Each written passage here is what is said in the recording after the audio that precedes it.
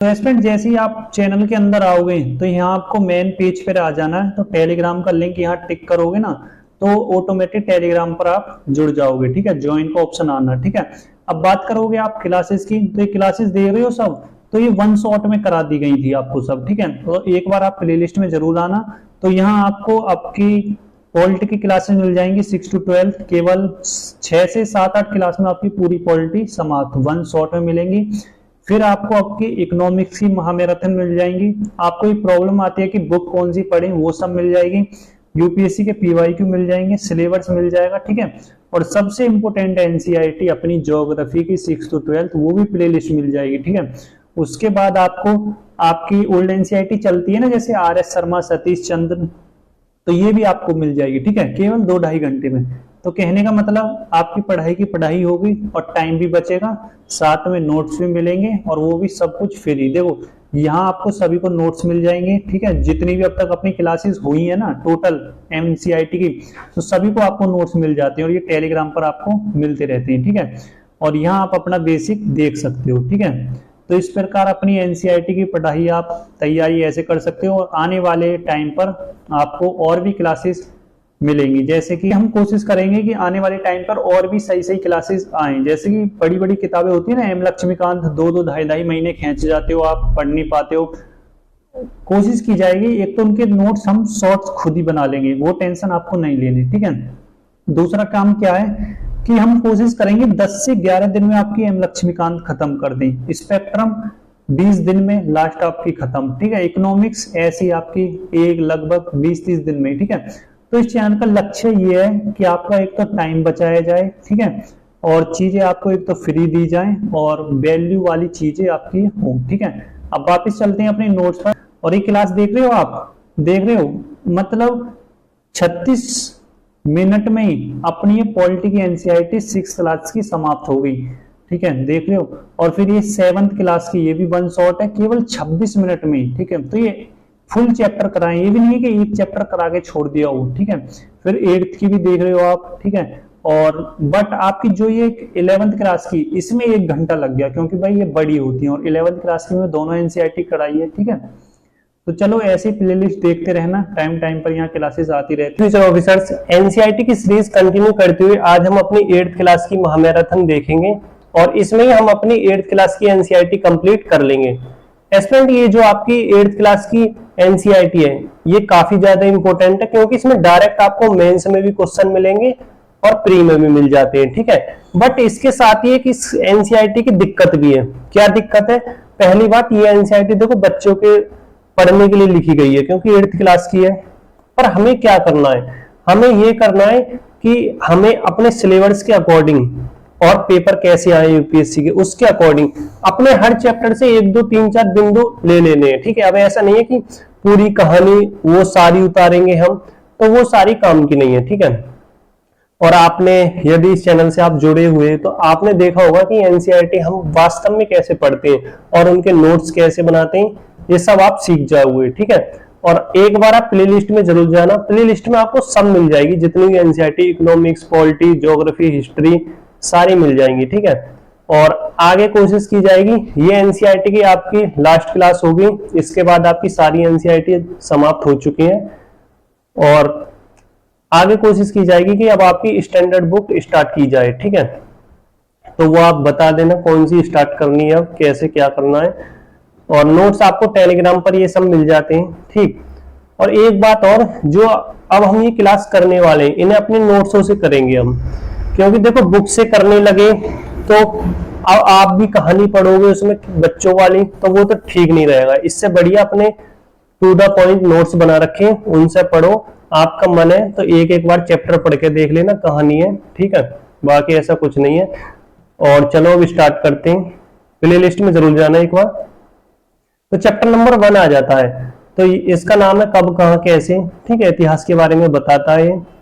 और student class 6 की है वो आपकी प्राचीन भारत होती है, और क्लास 7 मध्य भारत, और क्लास 8 आधुनिक भारत। और एक बात और, आपको 9th-10th की अपनी हिस्ट्री नहीं पढ़नी। ठीक है, कभी आप परेशान हो, 1-2 कमेंट ऐसे आए थे कि 9th-10th की हिस्ट्री की एनसीईआरटी कहाँ है, तो वो नहीं पढ़नी क्योंकि वो वर्ल्ड हिस्ट्री है। अब वर्ल्ड हिस्ट्री में उन एनसीईआरटी में कुछ खास है नहीं, तो वर्ल्ड हिस्ट्री आता है आपका GS1 में, तो उसके लिए आप कोई और कोचिंग के नोट्स देख सकते हो या फिर कोई और बुक, ठीक है, वे छोड़ दो 9th-10th की हिस्ट्री की। तो चलो चैप्टर नंबर 1 स्टार्ट करते हैं, पॉइंट देखते हैं। तो भारत के प्रथम गवर्नर जनरल वॉरेन हेस्टिंग बने, ठीक है।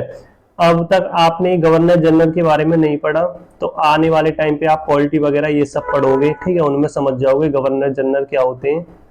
तो एक तरीके का वहां ये मान लो ये शासन संभालते हैं, ठीक है। तो वो भारत के प्रथम गवर्नर जनरल वॉरेन हेस्टिंग थे, ठीक है। और ये ईस्ट इंडिया कंपनी की तरफ से थे, आगे सब समझ देंगे। लास्ट अंतिम कौन थे, तो लॉर्ड माउंटबेटन, ठीक है। अब समझ लें उपनिवेशिक क्या होता है। तो इसका मतलब होता है कि किसी देश का अन्य किसी देश पर राजनीतिक, आर्थिक, धार्मिक मामलों में हस्तक्षेप, ठीक है, जैसा कि ब्रिटिश ने, इंग्लैंड ने हमारे भारत पर किया था, ठीक। तो उपनिवेश का इतना सा अर्थ होता है बस केवल। तो यहाँ यही बात लिखी है कि एक देश का किसी देश पर नियंत्रण जिसमें राजनीतिक, अर्थव्यवस्था पर भी नियंत्रण होता है, ठीक है। लगभग उस देश की जो भी चीजें होती हैं वो अन्य देश के हाथ में चली जाती हैं, तो उसे बोलते हैं उपनिवेशिक। ये शब्द जरूर याद रखना, क्योंकि ये आपको GS1 में, हिस्ट्री में और वर्ल्ड हिस्ट्री में जरूर काम आएगा, ठीक है। और फिर एक और पॉइंट था कि 1920 में भारतीय राष्ट्रीय अभिलेखागार की स्थापना होती है, यानी कि वहां जो भी कागजात होते हैं ना, उस टाइम पर वहां संभाल के रखे जाने लगे, ठीक। अब चैप्टर नंबर 2 कहता है आपका इस NCERT का कि व्यापार से साम्राज्य तक। इसका कहने का मतलब है कि ये जो कंपनियां आ रही हैं, तो ये करने तो व्यापार आ रही है, पर राजा कैसे बन गई, वहां की सारी व्यवस्था उनके हाथ में कैसे चली। तो देखो थोड़ी देर के लिए सब भूल जाओ अब, और बात ये आती है कि भाई आपको बिल्कुल डीप में नॉलेज लेनी है। तो देखो ये NCERT से तो पढ़ के कुछ होगा नहीं, ठीक है, ये थोड़ी बस बेस बना सकती हैं। तो आपको स्पेक्ट्रम वगैरह पढ़नी पड़ेंगी, वो ज्यादा इंपॉर्टेंट हो जाती हैं, पर ये भी जरूरी है, ठीक है। तो अभी आप सब भूल जाओ NCERT। अब एक चीज समझते हैं, ये था हमारा भारत, ठीक है, यहाँ ये यूरोप वगैरह, ठीक, यही है आपके इंग्लैंड वगैरह, ये सब है, ओके। तो सिचुएशन क्या है, जिस टाइम पर भारत में लगभग आपका मध्यकाल चल रहा है या मुगल वंश चल रहा है, ठीक है, तो वो क्या है, वो तो अपने देश के अंदर ही लड़ाई वगैरह कर रहे हैं, ठीक। कभी दिल्ली के जो राजा है वो दक्षिण की तरफ लड़ाई के लिए आते हैं, आपने ये सब देखा होगा मध्यकाल में। पर अगर यूरोप की तरफ देखें तो इस टाइम पर वहां कुछ अलग ही चल रहा था, जैसे वहां पुनर्जागरण, ठीक है, वहां नावों की खोज होने लगी, यानी कि समुद्री मार्ग में उन्होंने अपना नियंत्रण कर लिया था। अब उनके यहाँ के जो राजा थे एक तरीके से कह सकते हैं खुले माइंड के थे, मतलब विज्ञान की तरफ ज्यादा वे चीजें आगे करने लगे, ठीक है, और अपने यहाँ के लोगों को भेजने लगे कि वे अन्य जगह जाएं और जो भी अपनी जरूरत होती है उन वस्तुओं को लेके आए, ओके। और भारत की तो स्थिति आप उस टाइम जानते हो कि राजा अपने युद्ध वगैरह में लड़ने के लिए उसी में ही लगे रहते थे। तो फिर यहाँ क्या होता है कि भारत का व्यापार तो पहले भी हो रहा था, पर भारत का व्यापार ना इस रास्ते से होता था। तो यहाँ अरबों वगैरह का क्षेत्र है ये, तो ये अगर और जगह चीजों को जाने नहीं देते थे यहाँ से, ठीक, टैक्स लेते थे ये। तो इसी कारण फिर आपकी पुर्तगाल की कुछ कंपनी हुई, तो सबसे पहले यही आते हैं भारत की तरफ समुद्री मार्ग के जरिए, ठीक है। तो पुर्तगाल का जो मुख्य आदमी आपको याद रखना, वास्को डी गामा भारत पहुंच जाए, वो सब आप स्पेक्ट्रम में पढ़ोगे कि वो कैसे पहुंचता है, क्या व्यवस्था होती है। तो अब उसके बाद और भी कंपनी आई चली जाती हैं, जैसे जिनमें ट्रिक समझो आप, PDEF, इसका नाम है PDF, ठीक है। P से पुर्तगाल, D से डच, E से इंग्लिश कंपनी, F से फ्रांस, और भी बाकी आते हैं, ठीक है, ये इंपॉर्टेंट है। अब फिर इसी क्रम में इंग्लिश कंपनी आने लगती है, ये आती है मुख्यतः मसाले के लिए, क्योंकि वहां देखो बर्फ वगैरह पड़ती है, खेती वगैरह ज्यादा उस टाइम पर नहीं हो पाती थी, तो मांस वगैरह खाते थे। अब मांस को स्वादिष्ट बनाने के लिए मसाले तो चाहिए, और अब आप जानते हो भारत में काली मिर्च ये सब चीजें तो ज्यादा थी, तो ये इसलिए आते हैं, ठीक है। फिर सिचुएशन क्या होती है, जब ये भारत की राजाओं को देखते हैं, वहां का चीजें समझते हैं कि इन राजाओं में तो आपस में फूट है, तो उन्हें पता चलता है भारत की स्थिति, तो उस कारण वो साम्राज्य तक पहुंच जाते हैं, ठीक है। तो इस चैप्टर का कहने का मतलब बस यही है, व्यापार से साम्राज्य, मतलब आए थे व्यापार के लिए, बन गए वहां के स्वयं राजा, ठीक, तो बस चलो अब देख लेते हैं चैप्टर में क्या कहानी है। तो पूर्व में ईस्ट इंडिया कंपनी का आना, देखो ये 8th क्लास की एनसीईआरटी इसलिए ईस्ट इंडिया कंपनी पर ज्यादा फोकस कर रही है और इतनी नहीं, ठीक है। तो सन 1600 में महारानी एलिजाबेथ प्रथम से इजाजतनामा ईस्ट इंडिया कंपनी ने ले लिया कि भाई हम भारत की जगह जाएंगे और इंग्लैंड से हमारी कोई प्रतिस्पर्धा पर कोई भी कंपनी नहीं आए भारत में, ठीक है। तो पुर्तगालियों के खोजी यात्री वास्को डी गामा 1498 में भारतीय समुद्री मार्ग खोजा, ठीक। अब ये भारत से जैसे कि काली मिर्च, सूती कपड़े, ये सब ले जाते थे। अब यहाँ कंपनी कब बनी और यहाँ प्रथम कोठी। कोठी क्या होता था, जैसे कंपनी भी बोलते थे, तो एक वेयर हाउस होता था, ठीक है। 4 दीवारी बना दी और जो भी उन्होंने भारतीय किसानों से या राजाओं से जो भी लिया इसमें इकट्ठा कर दिया और बंदरगाह के माध्यम से अपने इंग्लैंड वगैरह में जहां भी ले जाना है वहां ले गए। तो ये काम होता था। तो पीटी में आ जाते हैं, वैसे इतने देख लो आप। तो पुर्तगाली कंपनी कब बनी, 1498 में, डच 1602 में और इंग्लिश 1600, ठीक है, और फ्रांसीसी 1731 में।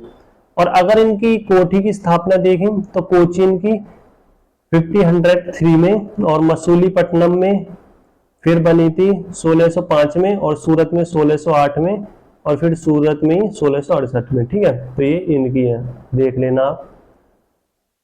अब फिर आ जाती है बंगाल के नवाब। तो बंगाल इस साइड में, ठीक है, तो वहां के नवाबों के बारे में अब देखो इसमें। तो बंगाल के नवाब कौन, मुर्शिद अली खां, इसके बाद अलबर्दी खां, फिर सिराजुद्दौला बंगाल का नवाब बनते हैं, ठीक है। तो ये आपने 7th क्लास की एनसीईआरटी में देखा था कि जो मुर्शिद अली खां थे ये मुगलों से अपने आप को दूर कर लेते हैं, मतलब अब इतना भी दूर नहीं करते, ये टैक्स वगैरह जो भी होता है वो देते हैं, पर अपने आप को थोड़ा मुगलों से अलग कर लेते हैं, ठीक है, आपने देखा था उसमें। तो फिर यहाँ जब ये बंगाल में आ जाते हैं तो वही इंग्लिश कंपनी के जो लोग होते हैं वो अब यहाँ फिर इनसे कुछ चीजें मांग लेते हैं, तो मतलब इन्हें राजी कर लेते हैं कि बिना टैक्स के व्यापार कर सकें, ठीक है। चीजें फिर ऐसी आगे बढ़ती हैं, तो जिस कारण पहला युद्ध होता है प्लासी का युद्ध, में सिराजुद्दौला वर्सेस रॉबर्ट क्लाइव के बीच होता है, ठीक है। ओके, तो आगे देखते हैं इसमें। सिराजुद्दौला ने कासिम बाजार इंग्लिश फैक्ट्री पर हमला बोल दिया। जो सिराजुद्दौला मुगल शासक थे हमारे देश के, ठीक है। तो फिर रॉबर्ट क्लाइव ने सिराजुद्दौला को हरा दिया। और जो सिराजुद्दौला की हार का क्या कारण था, तो वो था मीर जाफर। मीर जाफर भी सेना का कमांडर था कह सकते हैं, तो वो अपनी सेना की टुकड़ी नहीं ले जाता है वहां, जिस कारण सिराजुद्दौला की हार होती है। तो अब फिर जब सिराजुद्दौला हार गया तो बंगाल का नवाब कौन, मीर जाफर, और बंगाल का ये कठपुतली नवाब बन गया, मतलब अंग्रेजों की सुनता था, जो अंग्रेजों ने कह दिया वो सब ठीक है। फिर इसके बाद जब नहीं बन पाई तो अंग्रेजों ने इन्हें हटा दिया, फिर मीर कासिम, ठीक है। अब मीर कासिम कुछ समय तक चला अंग्रेजों के साथ, लगभग चीजें सब सही, पर उसके साथ भी अगर व्यवहार सही नहीं बैठा तो फिर 1764 में एक और युद्ध होता है बक्सर में, जो कि बिहार में एक स्थान है, वहां युद्ध होता है मीर कासिम और हेक्टर मुनरो के बीच, ठीक है। तो फिर से मीर जाफर को बंगाल का नवाब बना दिया गया। उसके बाद फिर और उसके बाद 1765 में बंगाल प्रांत अंग्रेजी दीवान नियुक्त होगी, ठीक है। और फिर इसके बाद कंपनी का शासन और बढ़ने लगा, फिर इन्होंने सायक संधि लगा दी।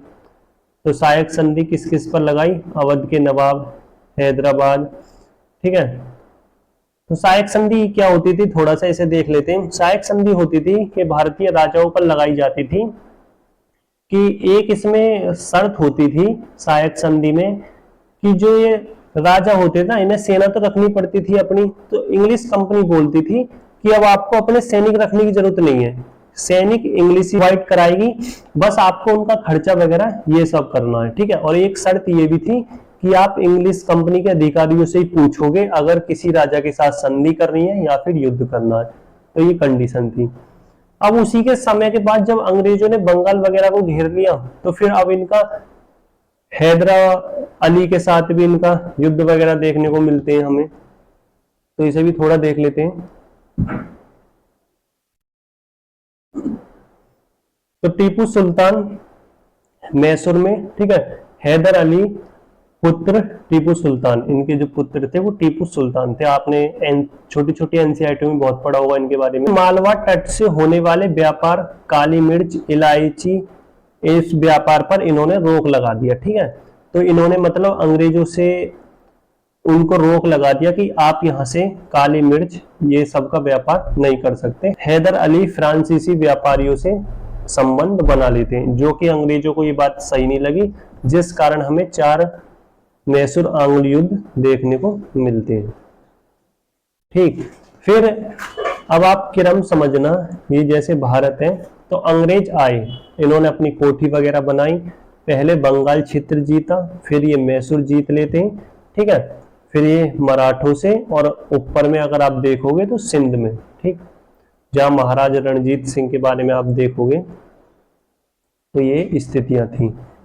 फिर आंग्ल मराठा युद्ध होता है, ठीक, ये भी आपके 3 युद्ध होते हैं। फिर आ जाती है एक और अंग्रेजों की नीति, विलय नीति। तो पहली आपने देखी सहायक संधि, अब है विलय नीति। अब इसमें क्या था कि यदि भारतीय राजाओं का कोई अपना पुत्र नहीं होता तो वो अंग्रेज कहते थे कि वो जो भी अपना राजपाट होगा वो इंग्लिश कंपनी में अपने आप आ जाएगा। और आप देखोगे इसमें बहुत सारे ऐसे होते हैं जिसमें जैसे सतारा, संबलपुर, झांसी, नागपुर, इन सब राजाओं के साथ ऐसा ही किया जाता है। इसमें देख लेते हैं हम, यदि किसी शासक का पुत्र नहीं तो उसका शासन राज्य इंग्लिश कंपनी में शामिल हो जाएगा, ठीक है। और उसमें अब ये भी नहीं था कि ये लोग अभी किसी से अपना पुत्र गोद ले लें या जो भी है, उसमें ये भी नहीं था। तो ये थी इनकी विलय नीति और दूसरी थी इनकी सहायक संधि, ठीक है। फिर नए शासन की स्थापना इन्होंने की, जो कि 3 जगह इनका केंद्र था, बंबई, मद्रास, ठीक है, इन जगह से ये प्रशासन अपना चलाते थे। अब कुछ इस चैप्टर में पॉइंट आ जाते हैं आपके, जैसे काजी क्या होता है। तो काजी एक न्यायाधीश होता था उस टाइम पर, और मुफ्ती एक वकील। पर ये जो मुफ्ती होता था मुसलमान समुदायों का, ठीक है, तो मुस्लिम समुदायों का एक न्यायविद जो कानून की व्याख्या करता था, और काजी इसी आधार पर फैसला सुनाता था, ठीक। और मस्केट, ये पैदल सिपाही द्वारा बंदूक ये यूज करते थे, उनकी एक टोली होती थी। तो ये था इस चैप्टर में, ठीक है। चलते हैं चैप्टर नंबर 3 में, क्या है आपका। तो अब तक आपने देखा कि ये जो कंपनी हमारे देश में आती है, ठीक है, आती व्यापार के लिए पर साम्राज्य बना लेती हैं। अब ये हमारे देश की अर्थव्यवस्था में भी हस्तक्षेप करती हैं, तो वो देख लेते हैं। और ये GS1 में आपके आ जाती हैं और आए भी हैं ये क्वेश्चन आपके। तो पहली आती है 1793 में, जिसे बोलते हैं स्थायी बंदोबस्त, ठीक। और जो इसका हेड होता था वो होता था जमींदार। जमींदार सभी किसानों से टैक्स लेता था और उसको इंग्लिश कंपनी के अधिकारियों को दे देता था, ठीक है। इसमें कंडीशन क्या थी कि जमींदार को ना मतलब सूर्यास्त होने से पहले ही टैक्स देना पड़ता था, अगर नहीं देंगे तो जमींदारी उसकी चली जाएगी। और अब आप समझ रहे हो तो जमींदार कितना किसानों पर अत्याचार करेंगे इस कारण, ठीक। तो पहला था आपका ये स्थायी बंदोबस्त में, ठीक है। और ये बंगाल, बिहार, उड़ीसा में लागू हुई, ठीक है। और ये कार्ल विलियम ने लागू की, ठीक। फिर आ जाती है दूसरी, महलवाड़ी है 1822 में, ठीक है। महल मतलब गांव होता है, तो ये गांव से अब टैक्स लेने लगे, यानी कि गांव का कोई मुख्य सदस्य गांव से टैक्स ले लेता था और वो फिर अंग्रेजों को जाके दे देता था, ठीक है। टैक्स स्थायी होता था और ये मैकेंजी ने व्यवस्था लागू की थी, ठीक है। पहले में एक और समझना आप, यहाँ जो टैक्स था ना ये स्थायी था, ठीक है। मान लो 100 रुपए टैक्स था तो बस 100 ही रहेगा, ठीक है। अब उसमें ये नहीं था कि आपकी फसल बर्बाद होगी तो आप 100 से कम दे दो, ऐसा कुछ नहीं था। बट महलवाड़ी में अब के इन्होंने एक ध्यान रखा कि जो टैक्स था वो अस्थायी था, ठीक है, जरूरत के अनुसार घट बढ़ सकता था। फिर रैयतवाड़ी यानी कि किसानों से, ठीक है, अब अंग्रेजों ने सोचा कि टैक्स किसानों से ले लिया जाए, ठीक है, तो ये व्यवस्था थी। अब यूरोप के लिए फसलें कौन सी थी, तो अंग्रेज द्वारा बंगाल से पटसन, ठीक है, असम से चाय, यूपी से गन्ना, ये सब आप देख सकते हो। और फिर भारत के नील की भी वहां ज्यादा मांग थी, ठीक। और फिर नील के लिए देखो विद्रोह भी हुए, ये आप बड़ी एनसीईआरटी में पढ़ोगे या फिर आपने अब 12th की पढ़ी होंगी उनमें भी देखा होगा। तो नील के लिए क्या होता था कि जो नील होता है ये भूमि को बंजर बना देता है, और ये कंपनी ना कॉन्ट्रैक्ट करती थी किसानों से कि आप नील बो, उसी हिसाब से हम आपको पैसा दे देंगे। बट लास्ट में दिक्कत कहाँ आती है कि यूरोप में ना केमिकल रंग बनाए जाने लगे, ठीक।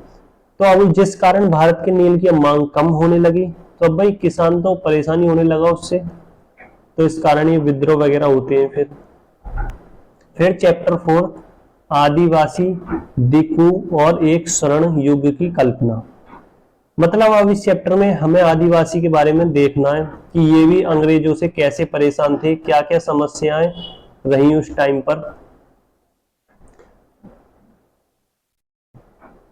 तो दिकू बाहरी लोग, ठीक है, इन्हें बोलते थे बाहरी लोग, मतलब ये जो समुदाय के लोग थे बाहरी लोग को दिकू बोलते थे, ठीक। अब फिर इसमें आ जाता है, और स्टूडेंट्स ये लोग झूम खेती करते थे। मतलब क्या होती है ये, पहली बात तो ये घुमंतु थे, तो एक स्थान पे कृषि करी और फिर उसे जला दी और फिर दूसरी जगह चले गए, वहां कृषि करी, अपना जीवन यापन वहां चलाया। तो यही होता है, ये शिकारी वगैरह होते थे, ठीक है, जानवर वगैरह मवेशी ये सब पालते थे। इनके क्षेत्र देख लो, जैसे पंजाब में पहाड़ों में बनगुज्जर, ठीक है, आंध्र प्रदेश में बल्डिया, कुल्लू में गडियार, ये सब थे, और कश्मीर में बकरवाल बकरियां पालते थे। और ये मैप में भी देख सकते हो आप, ठीक है। तो अगर कभी आदिवासी इन सब के लिए लिखने को आ जाए तो आप ऐसा लिख सकते हो एनसीईआरटी से, ठीक है, और ऐसे ही पॉइंटों में लिखा जाएगा वहां भी, ये नहीं कि पूरी कहानी की कहानी लिखोगे, ठीक है। पर मेन डिमांड हमारी ये है, औपनिवेशिक शासन से आदिवासियों पर प्रभाव क्या पड़े। औपनिवेशिक आपने समझ लिया, आदिवासी अब क्या प्रभाव पड़े। अब आपको लग रहा है कि जब ये अंग्रेज राजा वगैरह आम लोगों को नहीं छोड़ रहे तो इन्हें क्या छोड़ेंगे, तो इनके साथ भी बहुत सारी दिक्कत हुई। वो क्या क्या हुई, आदिवासी मुखियाओं का क्या करा इन्होंने, ठीक है। जो आदिवासियों का मुखिया होता था ना, वो इतना ताकतवर होता था कि वही पुलिस का काम करता था और वही धनी व्यक्ति होता था, सब कुछ वही होता था। तो इन लोगों ने मुखिया की शक्ति छीन ली और एक तरीके से उसका पद समाप्त कर दिया।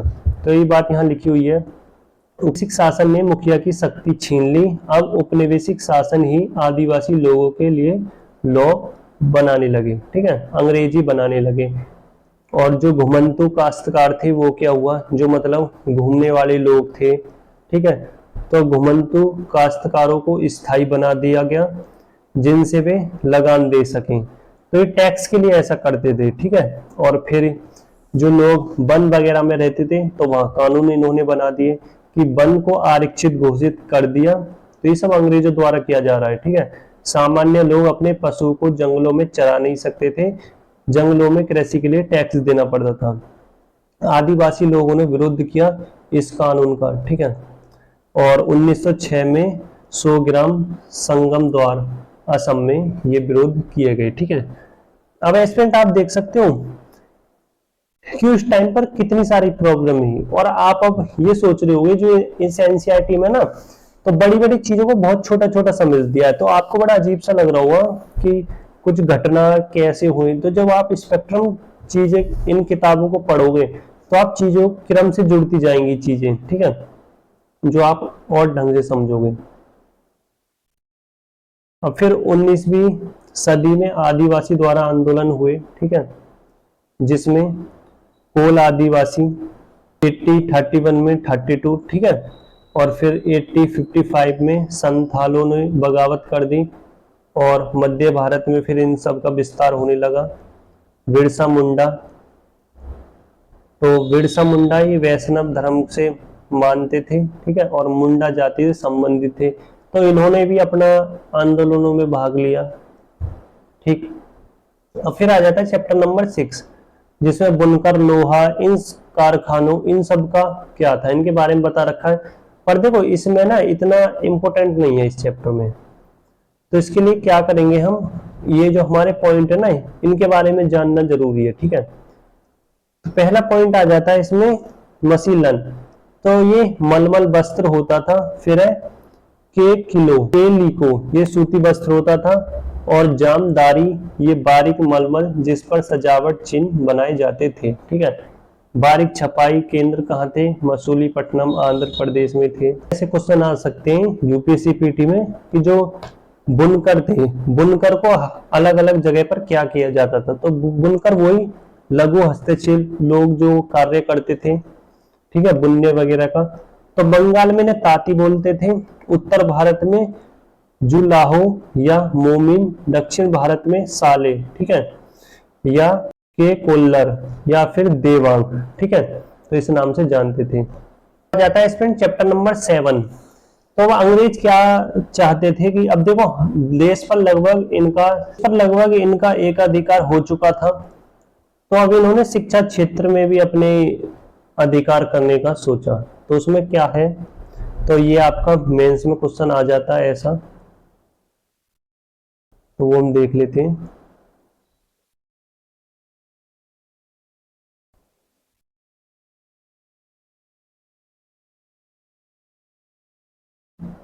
चैप्टर का क्या नाम है, देशी जनता को सभ्य बनाना और राष्ट्र को शिक्षित करना। ठीक है, तो मतलब अंग्रेज समझते थे कि ये लोग शिक्षित नहीं है, तो ये चीज दो पॉइंटों में बटी हुई थी। अंग्रेज शिक्षा किस तरह देखते थे, एक तो प्राच्यवाद परंपरा, ठीक है, और दूसरी पूरब की जघन गलतियां। ठीक है, तो मतलब ये जो प्राच्यवाद परंपरा थे, तो ये लगभग ऐसे लोग थे जो कि भारतीय शिक्षा को बढ़ाने के हित में थे। ठीक है, पर ये जो दूसरे लोग थे जो कि पूरब यानी कि इसमें भारत आ जाता है, इसमें इसकी शिक्षा में गलती बताते थे। ठीक है, तो पाश्चात्यवाद की परंपरा, इसमें लोगों को देख लेते हैं, जैसे विलियम जोन्स ने भारत संस्कृति का अध्ययन किया। ठीक है, उसमें जैसे धर्म, वेद, दर्शन ये सब पढ़े। फिर जोन्स के अनुसार भारतीय संस्कृति बहुत बड़ी है, और जोन्स के अनुसार भारत में भारतीय शिक्षा को ही बढ़ावा देना चाहिए। ठीक है, तो मतलब कुछ अंग्रेज ऐसे तो थे जो कि सच में भारत को उस टाइम पर सही मानते थे। फिर 1781 में अरबी, फारसी आदि के लिए कोलकाता में मदरसा खोला पढ़ाने के लिए। ठीक है, और 1791 में हिंदू कॉलेज बनारस ये खोला गया, ये मुख्यतः हिंदुओं के लिए, वेद ग्रंथ के लिए। ठीक है, तो अलग अलग भी इन्होंने ये चीजें करी। अब फिर इसमें कुछ ऐसे लोग थे दूसरे उसमें जो पूरब की शिक्षा का विरोध वगैरह ये सब करते थे। तो इसमें देख लेते हैं ऐसे लोग जो भारतीय संस्कृति शिक्षा को सही नहीं मानते थे, जिसमें जेम्स मिल। तो जेम्स मिल के बारे में आप पढ़ना एक बार। तो ये भारत को पश्चिम शिक्षा का अध्ययन कराना चाहते थे, अंग्रेजी भाषा को पढ़ाना चाहते थे। 1835 में अंग्रेजी शिक्षा का अधिनियम ही इन्होंने जारी कर दिया। ठीक है, बट इस चीज के अगर आप पॉइंट देखो ना क्या है, तो हम देखें ना, हम दोनों चीजों को पकड़ सकते हैं। ठीक है, एक तो अपनी पुरानी संस्कृति से भी जुड़े रहें, ठीक है, और दूसरी हम आधुनिकता, वैज्ञानिकता की तरफ भी जा सकते हैं। ठीक है, तो दोनों चीजों को हमें पकड़े लेना चाहिए। ठीक है, ये भी नहीं बिल्कुल ही आप आधुनिकरण में आ जाओ और अपनी जो भी प्राचीन चीजें बिल्कुल छोड़ ही दो। ठीक है, प्राचीन वे छोड़ो जो चीजें गलत है, ये नहीं कि सही भी उनमें अब हमने छोड़ दिया और बिल्कुल ही हम पश्चिमीकरण की तरफ जाते जा रहे हैं। ठीक है, फिर इस चैप्टर में ये वुड्स नीति पत्र यही था कि शिक्षा हेतु भेजा गया था वहां। ठीक, और आगे फिर इसमें हम एक कोटेशन देख लेते हैं कि महात्मा गांधी ये बिल्कुल ये नहीं चाहते थे कि भारत के लोग हैं जो कि पश्चिमीकरण को पढ़ें। तो रविन्द्रनाथ टैगोर थे, ये चाहते थे कि भारत के लोग दोनों चीजों को अपना कर चलें, अपनी प्राचीन संस्कृति से भी जुड़े रहें और पश्चिमीकरण की भी शिक्षा ग्रहण करें। ठीक है। अब चैप्टर नंबर 8 आ जाता है आपका महिला जाति सुधार। ये जो लोग हुए इनके बारे में देखना है हमें। तो राजा राम मोहन राय, तो इन्होंने ब्रह्मो समाज संगठन इन्होंने कोलकाता में स्थापना की और ये पश्चिमी शिक्षा चाहते थे और सती प्रथा का अंत किया। 1829 में सती प्रथा पर पाबंदी लगा दी गई, ठीक है, कानून बना के। फिर ईश्वर चंद्र विद्यासागर, ये विधवा विवाह के पक्ष में थे, ठीक, और कानून 1856 में पारित हो गया है, ठीक है। फिर इसमें ही वीरे सालिगम पुतलू विधवा विवाह के पक्ष में थे और फिर मुमताज अली महिलाओं को शिक्षा का अधिकार इन्होंने दिलाया। और फिर कुछ ऐसी भी रही कि महिलाओं के बारे में महिलाएं लिखने लगी थी, जैसे भोपाल में बेगमों में लड़कियों के लिए स्कूल खोले, ठीक, और फिर बेगम रुकिया सखावत पटना कोलकाता, यहाँ भी इन्होंने स्कूल खोले। फिर ताराबाई शिंदे, तो इन्होंने किताब लिखी स्त्री पुरुष तुलना नामक। और फिर पंडित रामबाई पूना में विधवा गृह स्थापना इन्होंने की। और फिर हंस मंडली का गठन जाति उन्मूलन समाज सुधार के रूप में किया गया, ठीक है। फिर एक अन्य किताब है गुलामगिरी पुस्तक 1827 में ज्योतिराव फूले के द्वारा। फिर आपका लास्ट चैप्टर आ जाता है 9 राष्ट्रीय आंदोलनों का संगठन। तो 1870 से दशक से 1947 तक राष्ट्रवाद का उदय। तो राष्ट्रवाद का उदय क्या है, मतलब अब लोगों में भावना आने लगी कि हमारी जन्म भूमि है, ठीक है, भारतीय माता है, ये सब आने लगी और लोग अब अंग्रेजी कंपनी को भगाने के लिए उसके शासन को अपने हाथ में लेने के लिए तैयार हो गए, ठीक है। उसी चीज को राष्ट्रवाद बोलते हैं। तो जैसे कांग्रेस की स्थापना होती है फिर इस टाइम पर, ठीक, तो ये सब आप देख लेना, इसमें इतना आपका इम्पोर्टेंट नहीं है, ठीक है। फिर यहाँ से आ जाता है उभरता हुआ राष्ट्रीय। तो देखो कांग्रेस की मांग क्या थी, तो 1885 में कांग्रेस बनती है। कांग्रेस की मांग क्या थी कि विधान परिषद में भारतीयों को अधिकार दिया जाए, मतलब विधान परिषद में अब जो भारतीय है उन्हें भी चुना जाए, ठीक है, और जो यूपीएससी एग्जाम है ये इंडिया में हो। और देखो बहुत चीजें हैं, बट आप इन चीजों को या तो आप फिर पॉलिटी की एम लक्ष्मीकांत किताब में पढ़ पाओगे या फिर आप स्पेक्ट्रम में, ठीक है। और भारतीयों को ऊंचे पद में लाया जाए, ठीक है। और यहीं फिर गर्म दल की बात कर रखी जिसमें बिपिन चंद्रपाल, लाला लाजपत राय, बाल गंगाधर तिलक ये सब थे। फिर बंगाल का विभाजन किया गया जिसमें कुछ आंदोलन के बारे में बता रखा है इन्होंने। तो स्वदेशी आंदोलन 1905 में वायसराय करजन, तो बंगाल का विभाजन किया जिसमें बिहार उड़ीसा ये भी थे। और तर्क क्या दिया कि जो ये बंगाल है ना ये बहुत बड़ा है, तो यहाँ हम प्रशासन नहीं चला पा रहे, इस कारण इसके टुकड़े कर दिए जाने चाहिए, ठीक है। बट फिर जिसमें बहिष्कार आंदोलन ये सब हुए, स्वदेशी आंदोलन, जिसके कारण अंग्रेज मान गए और इसका बंटवारा नहीं किया, ठीक है। एक मुख्य कारण ये भी था कि बंगाल एक ऐसा केंद्र था जहां से हर आंदोलन की लगभग शुरुआत होती थी, तो ये कारण भी था, ठीक है। और बाकी ये सभी पॉइंट थे इसमें। इसी के साथ आपकी एनसीईआरटी समाप्त होती है। तो आज के लिए इतना ही। Thank you for watching this video.